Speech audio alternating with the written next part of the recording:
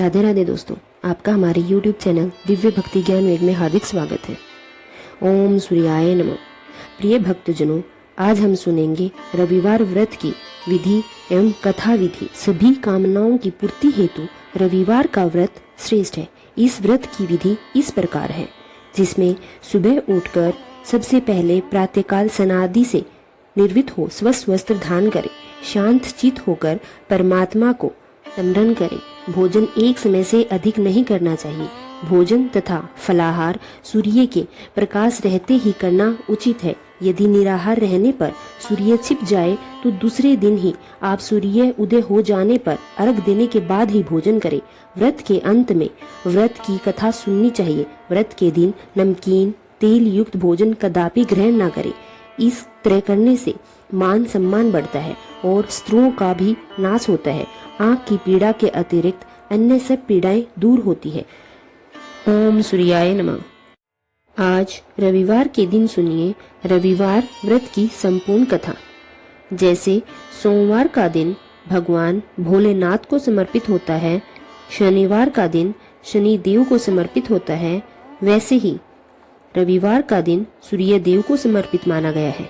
ज्योतिष शास्त्र के अनुसार सूर्य देव को 9 ग्रहों में राजा माना गया है। कहते हैं सूर्य देव की साधना आराधना करने से कुंडली के सभी दोष दूर हो जाते हैं। कुंडली में अगर सूर्य मजबूत अवस्था में हो तो समाज में व्यक्ति को खूब यश मान सम्मान मिलता है, सुख समृद्धि की वृद्धि होती है और निरोगी काया भी प्राप्त होती है। इसलिए सूर्य देव की पूजा के साथ साथ रविवार के दिन इस कथा को सभी को जरूर सुनना चाहिए। यह दिन कोई साधारण दिन नहीं। आज के इस पावन और दिव्य अवसर पर जो भी मनुष्य भगवान सूर्य देव की इस मंगलकारी कथा को पूर्ण श्रद्धा और भक्ति के साथ सुन लेता है, उसके जीवन के सारे कष्ट, सारे दुख और सारे संताप वैसे ही मिट जाते हैं जैसे सूर्य की पहली किरण अंधकार को चीर देती है। आज के भगवान सूर्यदेव की कृपा सबसे अधिक ऊर्जावान और तेजस्वी रूप में हम सभी पर बरसती है। शास्त्रों में कहा गया है कि जिस प्रकार आज जो भी भक्त पूरी तन्मयता से सूर्यदेव का स्मरण करता है और उनकी महिमा का गुणगान करता है, उसके जीवन में वर्षों से जमा हुआ पापों का बोझ, मन की अशांति और दरिद्रता का साया हमेशा के लिए समाप्त हो जाता है। कल्पना कीजिए कि आकाश के पूर्व छोर पर श्रवण जैसा प्रकाश बिखर रहा है, पक्षियों का कलरव गूंज रहा है और ठंडी हवाएं खेतों के बीच से होकर गुजर रही है। दूर किसी मंदिर के शिखर पर लगे कलश पर जब सूर्य की पहली किरण पड़ती है तो वह दृश्य ऐसा लगता है जैसे साक्षात परमात्मा ने धरती को अपना आशीर्वाद दिया हो। उस शांत वातावरण में जब गायत्री मंत्र की ध्वनि और भगवान सूर्य के मंत्रों का जाप सीधा हमारी आत्मा को छूता है। आज का दिन भगवान सूर्यदेव की आराधना का दिन है और उनकी यह कथा मात्र एक कहानी नहीं बल्कि आपके जीवन के संघर्षों का समाधान है, आपके दुखों की अचूक औषधि है। प्रिय श्रोतागण, आज की कथा हमें उस मार्ग पर ले जाएगी जहां हम सीखेंगे कि कैसे अटूट विश्वास असंभव को भी संभव बना देता है।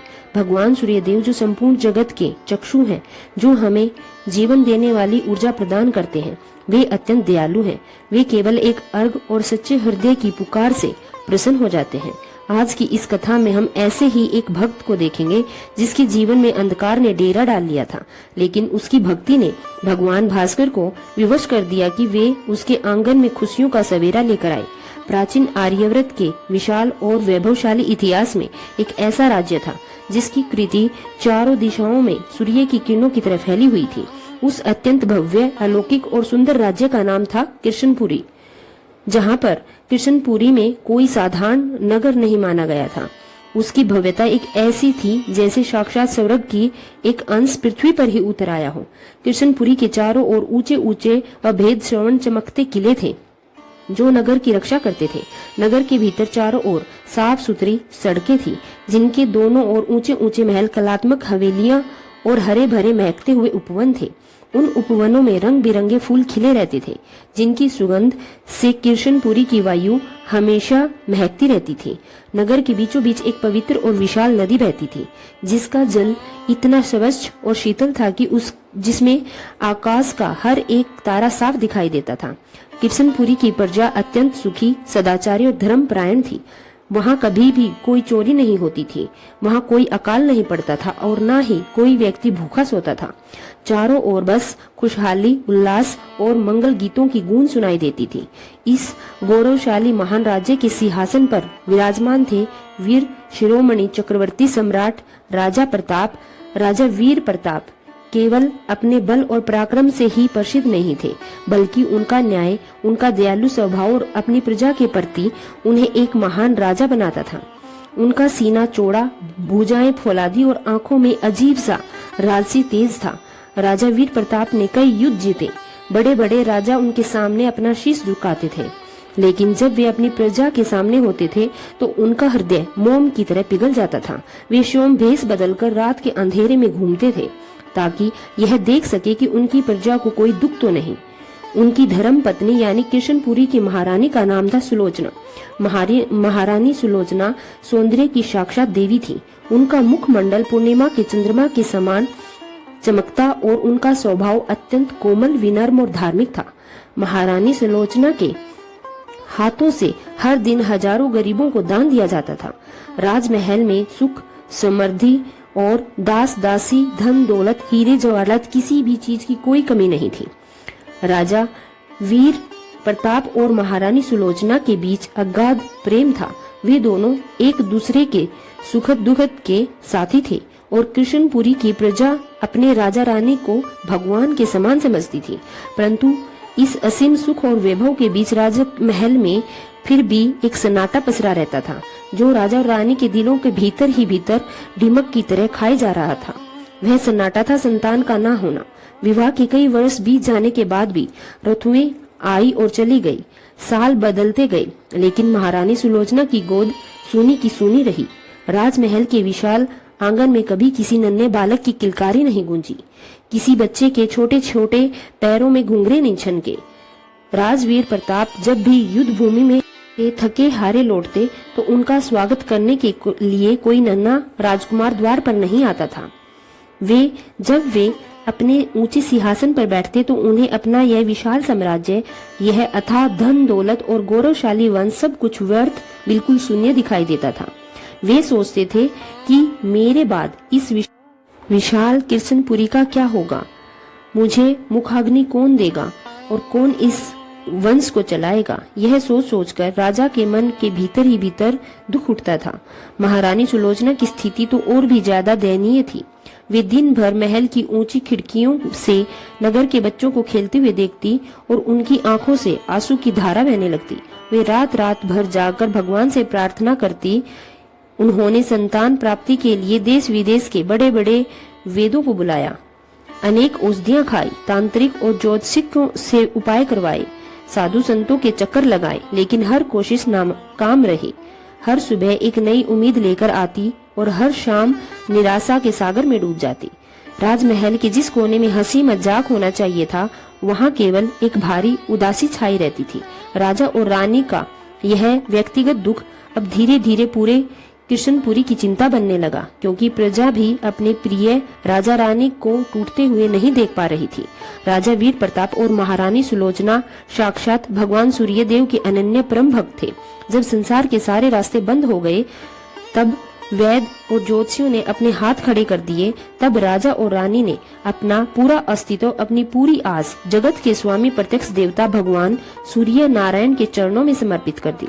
वे जानते थे कि जो जीवन देते हैं, जो पूरी सृष्टि को ऊर्जा देते हैं, वे सूर्य देव ही उनकी गोद को भर सकते हैं। राजा और रानी ने अत्यंत नियमों के साथ रविवार का व्रत रखना प्रारंभ किया। हर रविवार को सूर्योदय से पहले, जब आकाश की हल्की सी लालिमा भी नहीं बिखरती थी, महारानी सुलोचना और राजा वीर प्रताप उठ जाते। वे ठंडे जल में स्नान करते। इसके बाद वे दोनों राजमहल की ऊंची छत पर जाते और सूर्य देव के सबसे पहले दर्शन करते थे। जैसे ही भगवान सूर्यदेव अपनी स्वर्णिम रश्मियों के साथ उदित होते, राजा वीर प्रताप अपने हाथों में तांबे का एक बड़ा पात्र लेते, जिसमें शुद्ध जल, लाल चंदन, अक्षत और लाल कनेर के फूल भरे होते। वे अत्यंत श्रद्धा से मंत्रों का उच्चारण करते हुए सूर्यदेव को अर्घ देते। अर्घ देते समय राजा और रानी की आंखों से बहने वाले आंसू उस जल में मिल जाते, जो उनके भीतर की गहराई को बयां करते थे। अर्घ देने के बाद वे जमीन पर दंडवत प्रणाम करते और पूरे दिन वे दोनों पूरी तरह से निराहार रहते, जल की एक बूंद भी ग्रहण नहीं करते थे। दोपहर की कड़कती धूप हो या सर्दियों की ठिठुरती सुबह, उनका यह नियम कभी नहीं टूटा। शाम को सूर्य अस्त होने से पहले वे सूर्यदेव की आरती करते थे, कथा सुनते और केवल एक बार बिना नमक का सात्विक भोजन ग्रहण करते थे। यह साधना, यह कठिन व्रत कोई एक महीने या एक साल नहीं, बल्कि कई वर्षों तक लगातार चलता रहा। साल दर साल बीतते गए, राजा के बालों में सफेदी आने लगी। महारानी सुलोचना का शरीर भी दर साल लगातार उपवास और मानसिक चिंता के कारण कमजोर होने लगा, लेकिन उनकी भक्ति का धागा इतना मजबूत था कि जरा सा भी नहीं हिला। कई बार राजा वीर प्रताप का मन डगमगा जाता। वे हताश होकर बैठ जाते और कहते, सुलोचना, लगता है हमारे भाग्य में संतान का सुख है ही नहीं। विधाता ने हमारे वंश का अंत ही निश्चित कर दिया है। हमारी इतनी कठोर तपस्या, हमारा यह रविवार का व्रत भी निष्फल हो जा रहा है। भगवान सूर्यदेव भी हमारी पुकार नहीं सुन रहे। तब महारानी सुलोचना अपनी आंखों के आंसुओं को पोंछकर अपने पति को थामती और धीमे मगर दृढ़ स्वर में कहती, महाराज, ऐसा मत कहिए। साक्षात सूर्यदेव को तो पूरा संसार देखता है, वे तो साक्षात हैं। हमें धैर्य रखना होगा। वे जगत के पिता हैं। अपने बच्चों को कभी भी किसी भी चीज में नहीं तड़पता देख सकते। हमें अपना व्रत और विश्वास नहीं छोड़ना है। रानी की इन बातों से राजा को पुनः शक्ति मिलती और वे फिर से पूरी निष्ठा के साथ अगले रविवार के व्रत की तैयारी में जुट जाते। राजमहल के सेवक और कृष्णपुरी के प्रजा भी राजा रानी की इस असीम अटूट भक्ति को देखकर हैरान थे। वे सब भी मन ही मन सूर्यदेव से अपना राज्य के लिए संतान की मन्नतें मांगने लगे, ताकि उनके राजमहल में भी किलकारियां गूंज सके, क्योंकि राजा का यह दुख अब पूरी प्रजा का दुख बन चुका था। वर्षों की वह कठिन तपस्यामयी और आंसुओं की सींची गई प्रतीक्षा आखिरकार रंग लाई। साक्षात भगवान सूर्य नारायण के हृदय को पिघलना ही पड़ा। अलौकिक सवेरा आया, जिसकी आस में राजा वीर प्रताप और महारानी सुलोचना ने अपने जीवन के अनगिनत वर्ष होम कर दिए थे। महारानी सुलोचना के गर्भ में एक अत्यंत दिव्य और कांत युक्त बालक ने जन्म लिया। जैसे ही उस नवजात शिशु की पहली किलकारी राजमहल में प्रसूति गृह में गूंजी, वैसे ही पूरे महल का वह वर्षों पुराना डरावना सन्नाटा छिन्न भिन्न हो गया। राजमहल के सेवक सेविकाएं खुशी से झूम उठे। चारों ओर शंखनाद होने लगा, मंगलवाद बजने लगे और पूरी कृष्णनगरी में यह समाचार फैल गया कि उनके प्रिय राजा को सूर्यदेव के आशीर्वाद से पुत्र रतन की प्राप्ति हुई है। प्रजा की खुशी का कोई ठिकाना नहीं रहा। लोग सड़कों पर उतरकर नाचने लगे, एक दूसरे को मिठाई बांटने लगे और भगवान सूर्यदेव के जयकारों से पूरा आकाश गुंजमान हो उठा। राजा वीर प्रताप की आंखों से बहने वाले दुख के आंसू अब परम आनंद के आंसुओं में बदल चुके थे। उन्होंने अपने जीवन की सबसे बड़ी मन्नत पूरी होते हुए देखी। राजा ने अपने खजाने के द्वार पूरी प्रजा, गरीबों और ब्राह्मणों के लिए खोल दिए। हीरे, मोती, सोना, वस्त्र और अन्न का ऐसा दान किया गया जो कभी कृष्णपुरी के इतिहास में लिखा जाएगा। नवजात राजकुमार का मुखमंडल इतना तेजस्वी था कि उसे जो कोई देखता बस देखता ही रह जाता। उसके चेहरे पर साक्षात सूर्यदेव का तेज झलकता था। राजा वीर प्रताप और महारानी सुलोचना उसे अपनी आंखों की पुतली की तरह संभालते थे। दिन बीतते गए, हफ्तों में बदले महीने, महीने में बदले साल। राजमहल में हर दिन उत्सव जैसा माहौल था। राजा और रानी अपनी बूढ़ी आंखों से उस बालक को देखकर अपने बुढ़ापे का सहारा और कृष्णपुरी का भविष्य देख रहे थे। वे सोचते थे कि उनका यह पुत्र उनके वंश का नाम अमर करेगा, उनके इस विशाल साम्राज्य की सीमा को और बढ़ाएगा और प्रजा की रक्षा करेगा। लेकिन नियति के गर्भ में क्या छुपा हुआ है, यह विधाता के अलावा कोई नहीं जानता। इंसान जिस सुख को स्थायी मान लेता है, कभी कभी वही सुख उसके जीवन के सबसे बड़े और गहरे दुख की भूमिका तैयार कर रहा होता है। जैसे जैसे समय आगे बढ़ा, राजकुमार अब 8-9 महीने का होने लगा।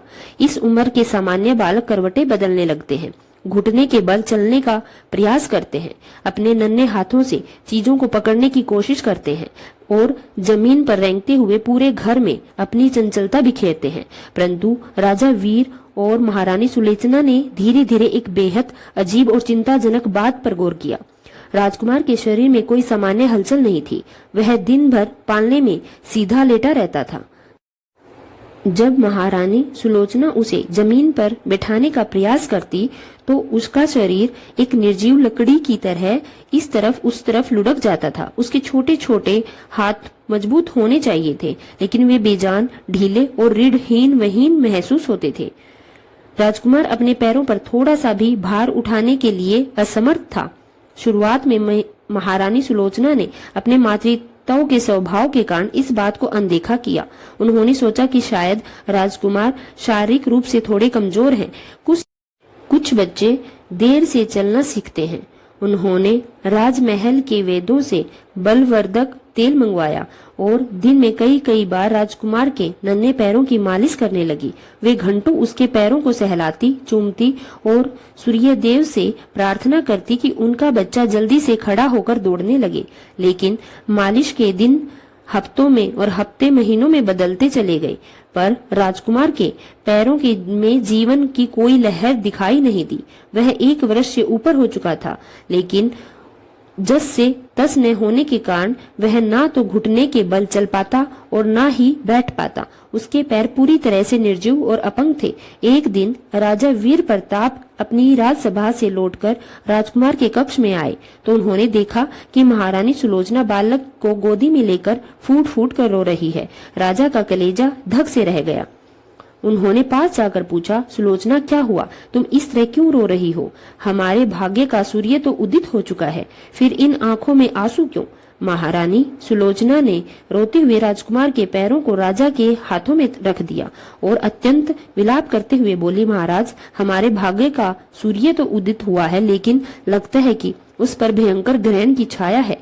देखिए, हमारे इस लाल के पैरों को देखिए, यह अपनी एक उंगली तक भी हिला नहीं पाता। इसके पैरों में कोई जान नहीं है। महाराज, हमारा पुत्र यह एकमात्र कुल दीपक अपंग पैदा हुआ है। महारानी के मुंह से यह शब्द सुनते ही राजा वीर प्रताप पर जैसे बिजली गिर पड़ी हो। उनके हाथ पैर कांपने लगे, उनका सिर चकराने लगा। उन्होंने तुरंत राजे के सबसे बड़े और अनुभवी राजवैद्य को बुलाया और देखते ही देखते राजमहल में देश विदेश के नामी वेद, हकीम और तांत्रिकों का तांता लग गया। हर कोई राजकुमार के पैर की जांच करता और उसकी नाड़ी देखता। अलग अलग जड़ी बूटियों का लेप लगता, भस्म खिलाते, लेकिन परिणाम शून्य ही रहता। कई दिनों की गहन जांच के बाद राज्य के मुख्य वृद्ध राज वैद्य ने अत्यंत भारी मन से सिर झुकाकर राजा वीर प्रताप के सामने हाथ जोड़े और कहा, हे राजन, हमें क्षमा करें। हमने अपनी पूरी आयु के अनुभव और चिकित्सा शास्त्र के सारे ग्रंथों को खंगाल लिया, परंतु राजकुमार के इस रोग का कोई उपचार हमारे पास नहीं।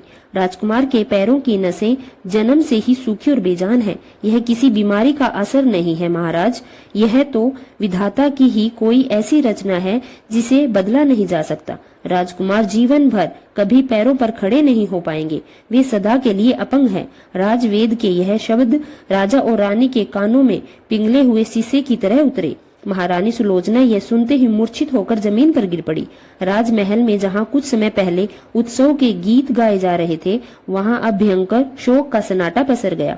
राजा वीर प्रताप अपने कक्ष की ओर जा रहे थे और दीवारों को थामकर खड़े थे। उनकी आंखों से अविरल आंसू बह रहे थे। वे बार बार आकाश की ओर देखते और रोते हुए पुकारते, प्रभु, हे सूर्य नारायण, यह आपने हमारे साथ कैसा क्रूर उपहास किया है। इतने वर्षों की कठिन तपस्या, इतने उपवास, इतनी प्रार्थनाओं का क्या यही प्रतिफल देना था?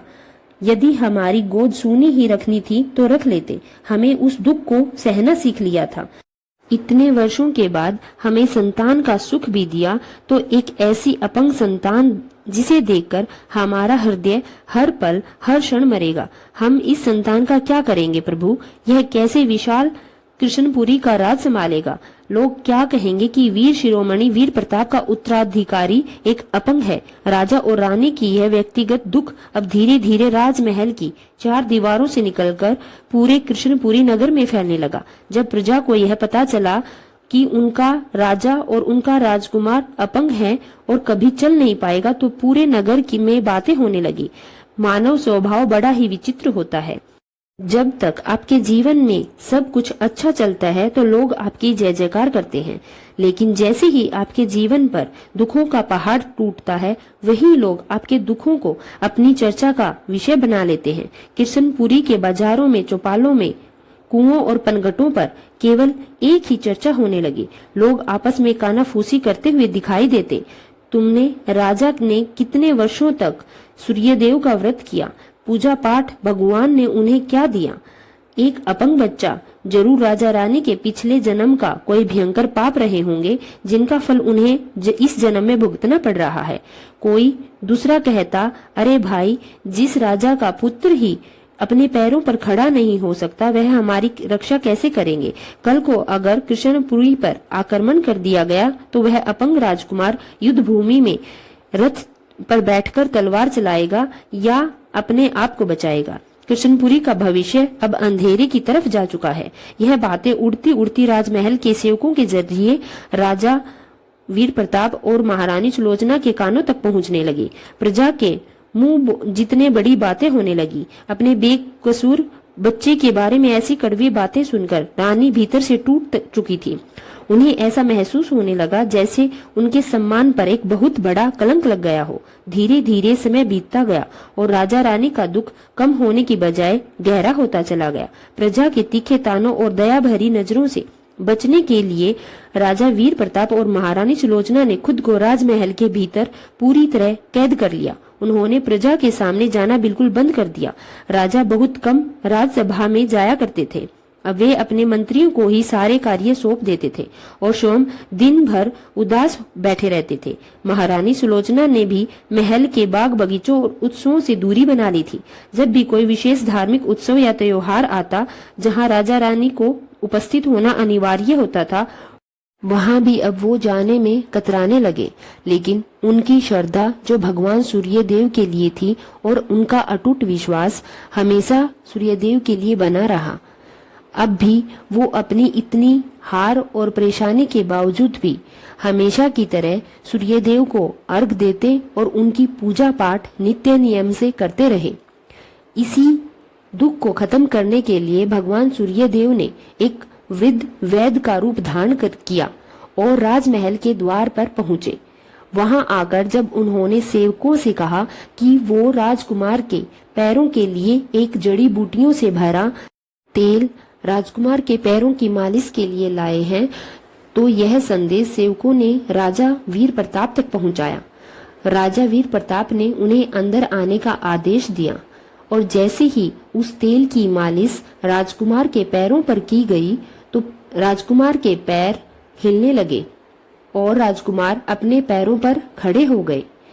यह देखकर राजा वीर प्रताप और महारानी सुलोचना वैद्य के पैरों में दंडवत प्रणाम करने लगे।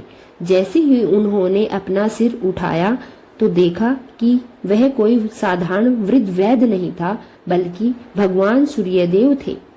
उन्होंने उन्हें आशीर्वाद दिया और तथास्तु कहकर वहां से अंतर्ध्यान हो गए। अब हम सुनेंगे सूर्य चालीसा का पाठ। कनक बदन कुंडल मकर मुक्ता माला अंग पद्मासन स्थित धाये शंख चक्र के संग। जय सविता जय जय सविता जय जय सविता जय जय सविता जय सविता जय जय सविता जय जय सविता जय जय सविता जय सविता जय जयति दिवाकर सहस्त्रांशु सप्ताश्वति मिरहर भानु पतंग मरीचि भास्कर सविता हस सुनु रवि भाकर विवस्वान आदित्य विकटन मार्तंड हरि रूप विरोचन अंबर मणि खग रवि कहलाते वेद हिरण्य